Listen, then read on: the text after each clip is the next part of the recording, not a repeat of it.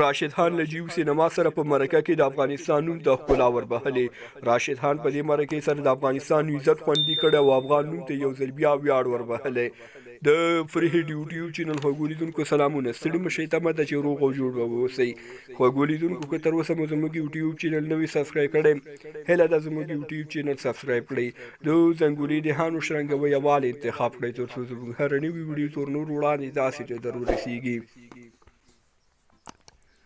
راشد خان له جیو سینما ټلویزیون سره په مرکه کې ویلي افغانستان له راشد خانانو ډک دی او ان له راشد خان غوره توپچوونکي هم پکې شته.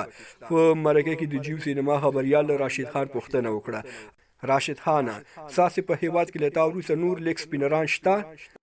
راشد خان د دې پوښتنې په جواب کې وویل افغانستان له راشد خانانو ډک دی او زما په نظر ښایي په افغانستان کې له زرو ډیر لیګ سپینران موجود وي.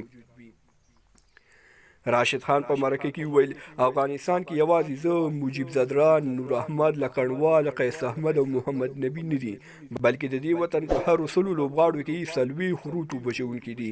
هغوی له ما ډېر زړور، فعال او بااستعداده دي او ډېر ژر به یې د نړۍ په پرده وګورئ.